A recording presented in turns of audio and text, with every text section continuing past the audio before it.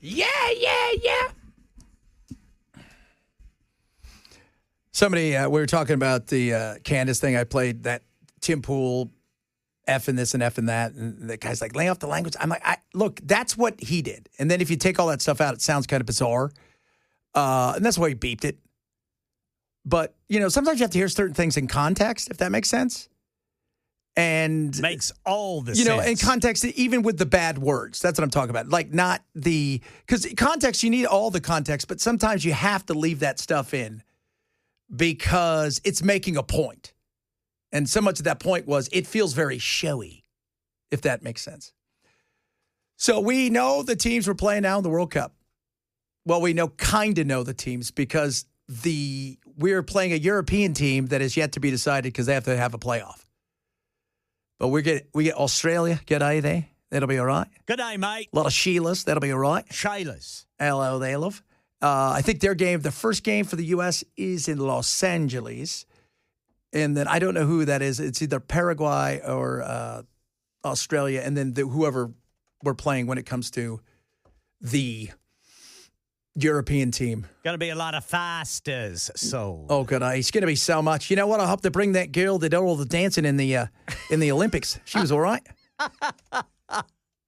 She was awful. That was so bizarre, man. Yes, to this day, that was the worst. Goodness me. So, a lot of you guys are asking me about my take on the Somali thing. Here's my take on it. Do I think there are a lot of people that come to this country that are displaced from horrible places and they would still rather be in their country? Yeah, I think there is. And they don't have any hate for this country, but they're just, that's who they are, right? Do I think there are people that come here and take advantage of our country? Yes. Do I think there are a lot of people that come from other countries and they want to be here so bad? Yes. 100%. 100%. What happened, I'm more concerned about the damn fraud and the fact that nobody caught it than anything else. Yeah, that's the center issue. What it is. That's the real issue. You guys are fighting over. You're fighting over. Can we make this a cultural fight? I want to know where the $300 million went and why nobody caught it, and why it went on for so long and nobody caught it. And that's my frustration in today's modern politics is, can I distract you with, I'll use the R word here. That'll distract everybody because everybody will talk about that. And while that's happening, I can do other things. And so that was the frustration. Are there, again, there are people that are definitely here. I played you some stuff from there the other day who are here and they want to be who they are. They just want to do it here. But if given the opportunity, they go home as soon as possible. Okay. Well, how do we make that happen? That's what you want. And there are a lot of people that love this country that came from a different country. My grandfather's a perfect example. Born and raised in Mexico, the most American dream that you could see. I mean, everything. Built up a multi-million-dollar business from nothing. Love this country more than anything. Baseball, apple pie. He loved it. So, the cultural stuff, it's ridiculous. And it's meant to divide. It's meant to divide over and over. Excuse me. If you're on the left, you're being shown the stupidest dumbasses on the right that could possibly exist. You have no other choice in your mind but to think all of these people are insane. All of them are absolute idiots. And if you're on the right, then you scroll through your feed and you're going to see the absolute dipshit morons on the left. And they're going to show you the most crazy, psycho people possible over and over and over and over again until you say, this is the left. And when I talk to some of you, they'll say every Democrat is this way or every Republican's that way. No, that's not true. It's what can I do to get clicks and likes? How can I use the craziest? If I go interview 100 people, right? And the left does it. I go interview 100 people. And out of that 100, 98 of them are fine, great, kind, nice, whatever it is that I'm interviewing for. 2 of them are crazy. And I want clicks and likes. What do you think I'm going to put up? You walk into a Walmart, you're going to see people that voted in a way that you didn't vote. And they're not breaking, they're not screaming, they're not psycho, and they probably want the same things that you do. You have more in common with these people than you think. They want to feed their kids. They want to pay lower taxes. They want to feel safe in their own home. They want to chill. They want to come home at the end of the day and put their feet up and have some time off. They want to have time with their family. Yeah, how many times do we hear this is so true? We hear somebody comes from California or New York, and Barry Weiss, before she went, all out for Israel and took over CBS News, she was hired by the New York Times because after Trump won, the New York Times was like, oh my God, I can't believe anybody voted for him. Well, you guys were in an echo chamber. So they brought her on to send her out to the places that had strong Trump support. And when she went out, she's like, these are just great people. They have a different opinion. They are Christians. They're non-believers. They're poor. They're rich. There's some people that were, they're black. There's some white. It's not just this, but they all kind of want the same thing. And guess what? The New York Times didn't like that. They didn't like that answer. They didn't. You hear about it all the time. Jamie Foxx talked about this. I think he said he broke down. It was out here in the South. He was doing a movie like in Georgia or somewhere. He broke down. And there's Jamie Foxx looking for some help. And what happened? He runs into a bunch of guys who you think, he thinks, what's this about? He's looking over here. It's like a barbecue or something. The way they did, they invited him to come hang out. So they were the coolest people. All MAGA back in the day. Because we get divided by the powers that be who are interested in keeping us divided and fighting because it's their business to do so. It's not their business to unite us. You have more in common with all those people that didn't vote the way you voted than some billionaire that's influencing media narratives. Even if that billionaire votes the same way you do, you still have more in common with that person that voted the other way that you see every day in your life. That's not crazy. That is absolute engineered reality. I'm not sitting here trying to say, oh, you need to love your neighbor, you need to love people. I'm just saying the hatred that people are feeling for the other side is engineered. It is not real, and it's very difficult for people to admit that I have been manipulated. That's also the other thing.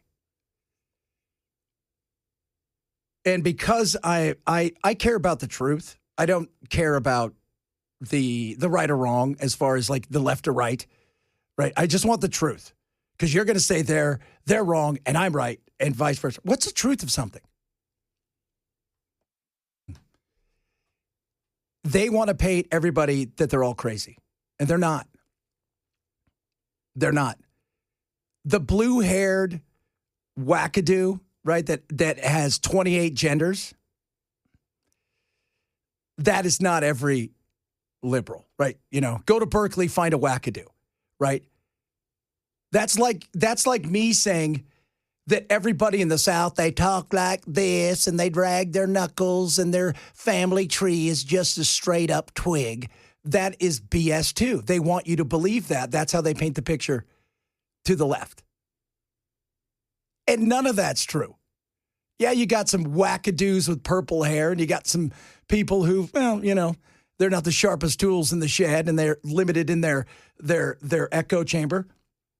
Most of us want the same thing. Kids to have opportunities, be safe, right? Have our home, have our life, not have to worry. But they make it out to be that we hate each other. And I say this over and over. You go to a football game, you go to a Vols game, you go to a Titan game, you go to a hockey game. Team scores, your team, right? Pred score. Right? Everybody's celebrating. You don't know what their love interest is. You don't know what their politics are. You don't know anything. Wow, isn't it weird that we can all be in the same building and not fight about? Because there's so much more to us than that. And then the part about nobody wants to admit that they've been duped. Nobody does. Nobody does. It happens. We've all been manipulated. That's what media does. Especially in today's world. And by the way, media has been manipulating people for centuries, not just years. You can go back, go look at some of the stuff from the Civil War. There were papers that were right and left doing the exact, they had their version of Fox, their version of MS Now. They didn't really have a version of Twitter. I guess that was somebody just wandering through the streets yelling stuff. Yeah. And that's the thing that frustrates me. We are so much closer than we are apart. And it's not about being a centrist. Everybody has a different take on all kinds of subjects. We're not a cult. We're not a monolith. We must vote this way. We must vote this way. It's the beauty of our country is we've got the opportunity to have freedom of our liberties to think and believe in different things. But we shouldn't hate each other. And it's okay to be passionate, man. I like the passion, but we've gone past passion into hate and anger. And the powers that be just sit there and go, nice, that algorithm's working great. That algorithm's working. When you start doing the YouTube and the Facebook and all of these things, everybody always says, you'll be doing good one month, and then the next month, you have to tweak your algorithm is tweaked. I've got to tweak it here. I've got to do this, got to do that. You know what never changes in the algorithm? Outrage. That stays the same all the time. 1 month, fluffy fat kitties are all the rage. The next month, it's seals, right? And people talking about bicycles. And the next month, what is it? It's football, soccer, baseball, music. That gets, somebody goes from 20,000 views to 100,000 views and it stays steady. And then you'll hear people go, dude, my views went from, 100,000 down to 5. I don't know what happened. Everything stayed the same. But outrage culture, that right there, that stays the same always.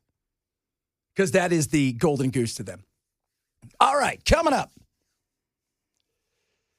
Israel is already fighting. Not with Hamas, this time with other European nations. And I say other European nations because oddly enough, Israel competes in Europe in a lot of things. I know it sounds weird, but it's true. We'll talk about that among other things straight ahead. Chad Benson, Super Talk 99.7. A lot of you chiming in on what we were talking about there. And we're going to talk about it a bit more. And my voice went sideways. I don't know why. Oh, maybe because I do 15,000 hours of radio a day. That might be. That could be part of it, Brother Chad. United States soccer team, World Cup, Group D. We play Paraguay, Australia, and playoff C of the European playoff. So we did not get the group of death, thank the Lord. Thank the Lord, we didn't get the group of death. And that would be, so. Would have put us behind Spain. Hold on a second. Yep, there we go. Boom. All right. We will play the winner of Turkey, Romania, Slovakia, and Kosovo. So one of those four we're going to play. What was the first one? Turkey. But they're called Turkey now or whatever they call I it. got you. Okay. So, man, that's good. Ooh. Canada. Which country's fans travel better? Well, Romania, when they were here in 94, was good. See, Okay. Here's the other thing about this, us hosting it. Money. Well, not only the money, we'll break down the money a little bit later, but we've got huge Romanian, across the nation. We've got a huge Romanian contingent. There are people from Turkey here.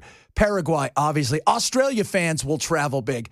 But out of all of the European teams, or all the teams, Brazil.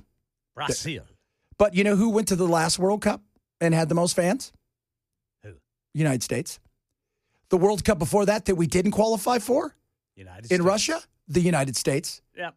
We travel the most. The best fans are the Scottish. They're the most fun. But the best fans, just kind of overall every time, is Japan.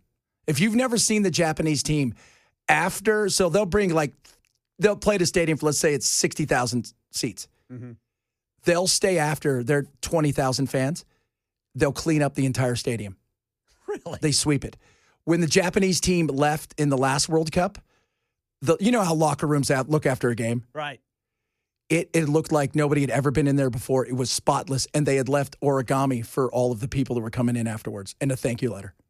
That's like what the Army football team does. Yeah. Whatever they leave the locker room spotless, which I think is great. Yeah, which I think is phenomenal that we do that.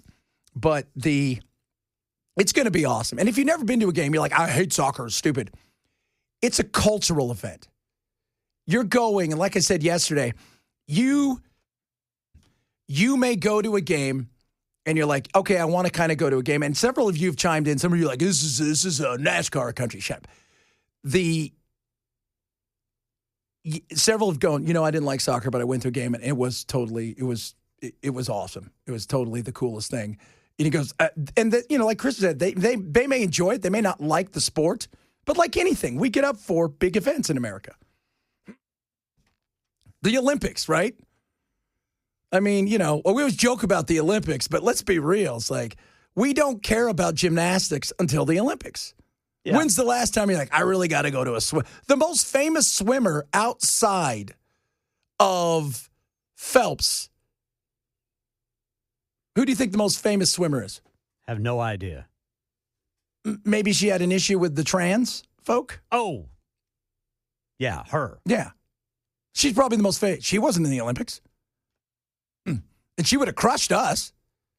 But that's the kind of thing. We don't know these people until it's time to and we pay attention. Like I really want to go curl. We got to go curl, Ken. Is that the way you push the push the little thingy? Yeah, right? And it's on sand or something? It's on ice. Oh, ice. Yeah, dude. Yeah, okay, sand, that's right. Sand's the... and you've got the guy who's sweeping in front of Yeah, I always say sand is... that's when they're doing that, that's a cornhole, and that's what we call white trash curling. But... you talk about big events, man. My wife is a perfect example. She doesn't care about sports whatsoever, but she loves going to Titans football games, and she loved going to that Oklahoma-Tennessee game over at Neyland. Right. She just likes being there. Exactly. There's something about it. And when you go to this, a lot of times, because I went to a whole bunch of games back in 94 because, I was still in and around the game, and I played professionally, so we had free tickets. We got to go to everything. But we became fans of Sweden. And first of all, the ladies, hello. But Romania, because the Romanian camp was near our house, we actually played against their team in a practice game. They needed a bunch of ex-pros and college kids who could keep them fresh. But you get into their culture. It's just a fun thing to do, right? And you're there, and it's like a party, just like the Olympics. Yeah. But this one lasts way longer, and it's way bigger. My wife said her favorite part of the Oklahoma-Tennessee game was the DJ. He loved that DJ in Neyland Stadium. Let me ask you, have you been to Oklahoma's? Where's Oklahoma's stadium? What's it called? It's in Norman. It's called Memorial Stadium, Owen Field. Have you been there? Oh, yeah. Now, what's the difference in the atmosphere? Well, really, the only difference in the atmosphere is there is about 30,000 more fans at Neyland than there are at Memorial Stadium, because Memorial Stadium only holds about 83,000 people, whereas you can get about 103,000 at Neyland. It's insane. And my friends who've been here from Europe, they don't understand football. They've gone to pro games, but they love college football because it reminds them of soccer. Because pro football's fans are nowhere near what college football fans are. Yeah, college football fans are the best. Yeah, that Neyland Stadium experience, man, I freaking loved it. Let's be real. If you watch Neyland at night, you watch Virginia Tech at night. Oh, yeah. With Enter the Sandman, or you watch Clemson, or whoever it is. There is something about that, and you see it shaking. It's incredible. It is. It is so awesome. And now this is just with countries, so it'll be great. All right, coming up, I got some of your text messages, a bunch of other good stuff on the way. It's Chad Benson Show, Super Talk 997. Sally believes we're under alien attack. I don't know about that. Any news? I haven't seen any. Any news on the aliens coming? Good God, the aliens are going to be here. Nice. I like that. Louie on the ones and twos. That's way to go, brother Louie. Louie, what's your DJ name? We all need a DJ name. What's your DJ name? DJ Louie. DJ Louie. That's it? DJ Louie. I would be DJ Donut. DJ Donut? Yeah, because I like donuts. Not bad. I don't dislike donuts. That's true asking. I do like me a donut, though. I'm not going to say no to that. You got to put a flavor in it. But the DJ Sprinkles. DJ. Oh, DJ Sprinkles, Sprinkles. I don't know about that. You know Sprinkle what? some sauce on that track. Yeah, I'll put some sauce on that. What? You know what? In today's world, because of Sona, and I've had to tweak some of your stuff. So we're going to start our Christmas stuff on Monday, and Monday when Bell and everybody's back, we're going to tell you guys how to audition for our Chad Mark holiday radio play. That's going to be like a Hallmark. It's getting bad with me and the Hallmarks. Uh-oh. Because I'm at the point where I'm like, I got some work to do. Then I look and I'm like, oh my God, my show starts in like 10 minutes and I've just been sitting here watching it, but I got to finish the movie. I know how it's going to end. It always ends the same way. It's never like, you know what? I've decided against it. I'm going back to my old life. I don't want to be a jam maker, no matter what you say. You mean a jam maker? I make jams, kids. I make jams. It's going to be fun. We're going to tell you guys how to audition. And I'm going to talk to the powers that be on figuring out, okay, if you get a part, how we're going to do it. So whether we have you come in and voice it here, whether we do it, which I think we're probably going to have you do, come in and voice a couple things, or whether we do it, maybe even bring you in and we'll do a live play with sound effects like old. If you've never seen old school, you've seen old school radio stuff. Ken has. We're not that old, but we know what it is. Where they used to do it on a soundstage in front of an audience. And they would bang and, and it was all theater of the mind because Gunsmoke, everybody. That's how Gunsmoke smarted. Like that. No, that's how they did live ads. Oh, God, yes. For cigarettes. Do you want to be thinner than ever before? Cigarettes will work for you. When would they get rid of the cigarette ads? I'm old enough to remember the Marlboro Man. Marlboro Man. I can't remember when they got rid of those. I don't ever remember. Probably when they started forcing us to wear seatbelts. Seatbelts. 2 weeks ago, I meant to send it to you. It was this guy sitting in his truck, and they're interviewing him, and you could tell it's like the late 70s, maybe early 80s, and they're like, "What do you think about the banning of people driving drunk?" He's like, "Well, if I want a beer in my car, I'm going to have beer in my car." I remember that. I've seen that. Yeah. I'm like, "Wow, there you go. There you go. How about that?" Oh, you guys with some of your DJ names. Lou DJ, somebody said. DJ 40K for King Louie. I like that. Yeah, y'all gonna make me go back to the drawing board. I'd rather be DJ 400K. Ooh, I like.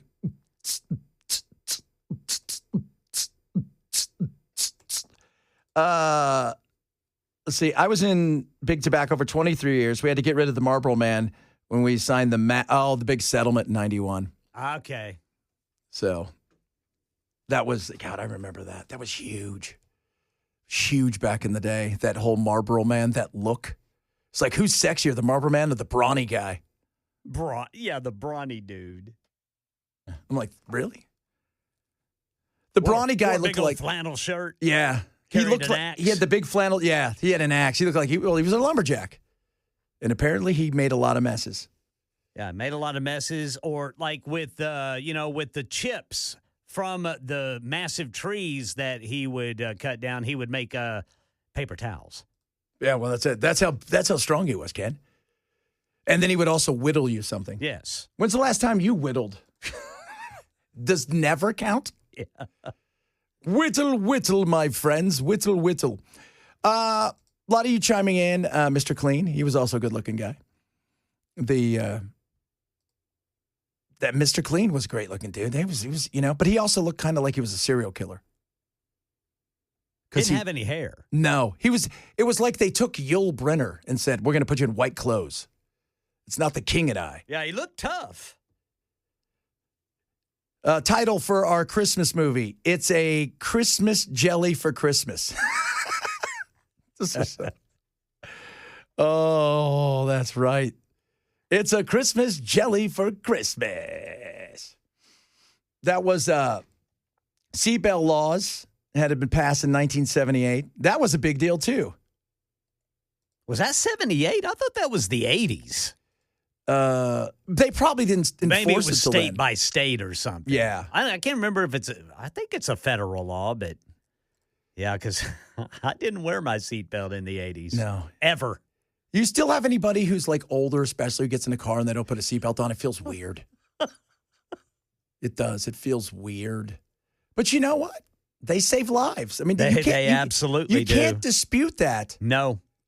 You can't dispute the fact that they save lives. I'm telling you, man, I covered a lot of fatal crashes as a roaming news reporter for the radio station I worked at in Tulsa. And there were crashes where people were killed that, I mean, it was as simple. Had they just buckled up, they probably wouldn't even have gone to the hospital.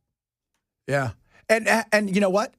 You will hear at least a gazillion stories over the next 10 years where they're like, how did somebody die? And you found out they were found 35 feet from the car. And you're like, oh, because they weren't wearing their seatbelt. Yeah. Trust me, if you're wearing your seatbelt and you were ejected from the car, you were never surviving whether you stayed in or not. No, you probably wish you wouldn't have survived if you did. Yeah, but it is pretty interesting. Again, that's one of those things where they stepped up and they're like, okay, seatbelts. These seem to be a good idea. Yeah, I covered this one story. It was heartbreaking. 16-year-old girl.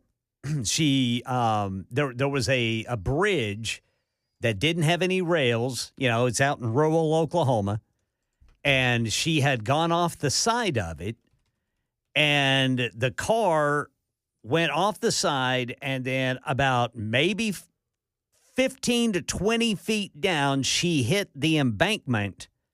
Nose first, and she went through the windshield.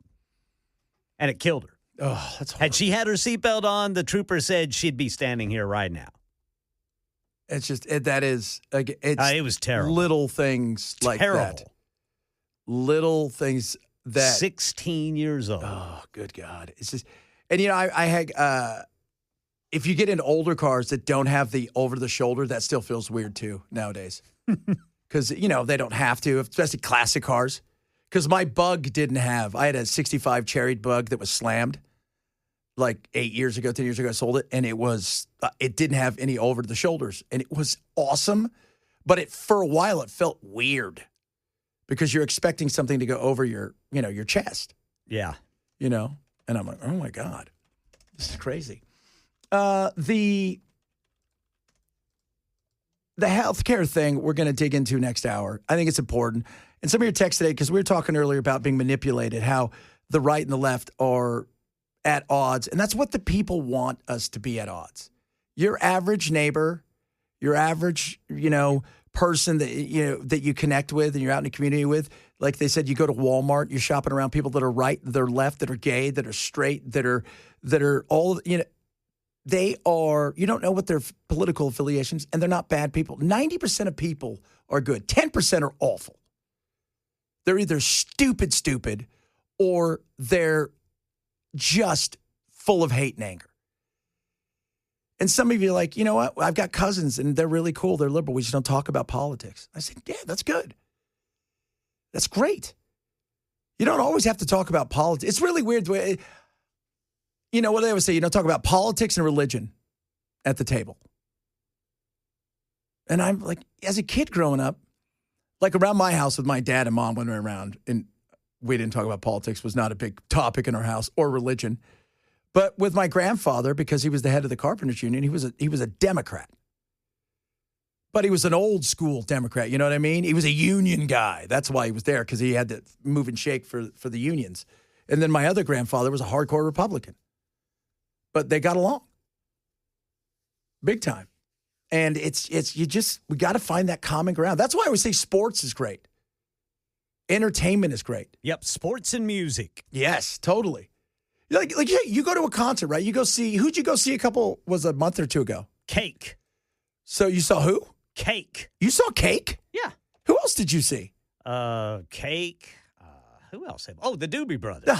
Dude, I didn't know you went and saw Cake. How was Cake? They were good. Did they eat it too? No.